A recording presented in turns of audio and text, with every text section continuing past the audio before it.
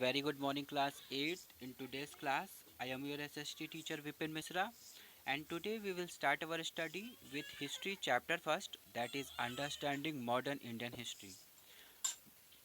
In this chapter, I will tell you about periodization, colonialism, and sources of Indian modern history.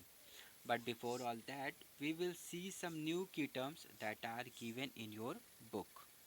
तो सबसे पहले हम इन की terms को देखेंगे जो हमारी बुक में दिए हुए हैं, कुछ न्यू की टर्म्स जो अभी हमारे इस चैप्टर के साथ इंट्रोड्यूस हो रहे हैं हमारे लिए. फर्स्ट की term is archive, the place where government records and documents are preserved. Archive is a type of library.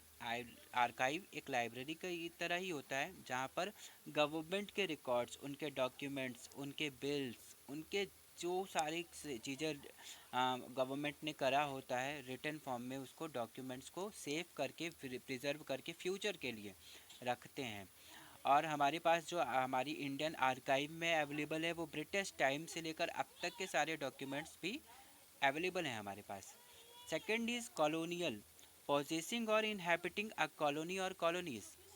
Colonial क्या होता है? एक कॉलोनी जहाँ पर कुछ लोग रहते हैं, एक एक ऐसी सोसाइटी जहाँ पर कुछ लोग रहेंगे, पीपल्स रहेंगे. तो वहाँ के जो इनहेबिटिंग्स हैं, वहाँ पर जो भी ह्यूमंस रहते हैं, सारे लोग, वो सारे लोग जो उस कॉलोनी से बिलोंग करते हैं उन्हें हम कॉलोनियल कहेंगे.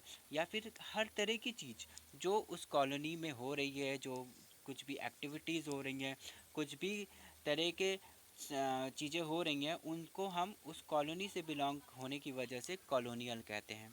Next is colonisation, the policy of acquiring other countries as colonies. Colonisation क्या है? कॉलोनाइजेशन एक किसी भी पॉलिटिकली पावरफुल कंट्री के द्वारा एक पॉलिटिकली वीक कंट्री पर अपना अधिकार जमा लेना.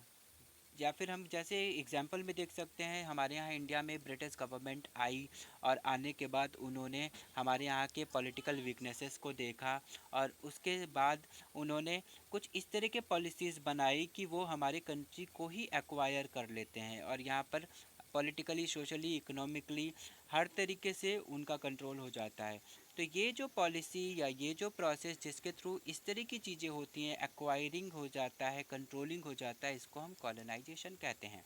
Next is periodisation, the act और process of dividing history into periods. हम लोगों को पता है कि हिस्ट्री में हम जब से अर्थ बना और उसके बाद से जब से यहाँ पर लाइफ आई, अर्ली ह्यूमन से लेकर अब तक के बीच जो सारे डेवलपमेंट्स हुए, कितने सारे प्रोसेसेस हुए, उन सब को हम हिस्ट्री में स्टडी करते हैं. पर इतना सब कुछ एक साथ हमारे लिए इजी नहीं होगा पढ़ पाना. तो इसे इजी बनाने के लिए हिस्टोरियंस ने पूरी हिस्ट्री को पीरियड्स में डिवाइड कर दिया है. 3 पीरियड्स में डिवाइड किया गया है, जिसमें फर्स्ट एंशियंट हिस्ट्री जो हमने क्लास 6 में, मेडिवल हिस्ट्री जो क्लास 7th में हम लोगों ने पढ़ा, और अब हम लोग क्लास 8 में मॉडर्न हिस्ट्री पढ़ रहे हैं. तो ये इन पीरियड्स में डिवाइड कर दिया गया हिस्ट्री को, जिसको हम, इस प्रोसेस को हम, इस एक्ट को हम पीरियडाइजेशन कहते हैं.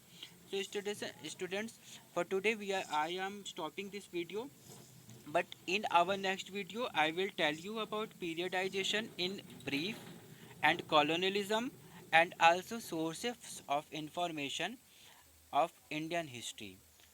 Thanks for watching. Have a nice day.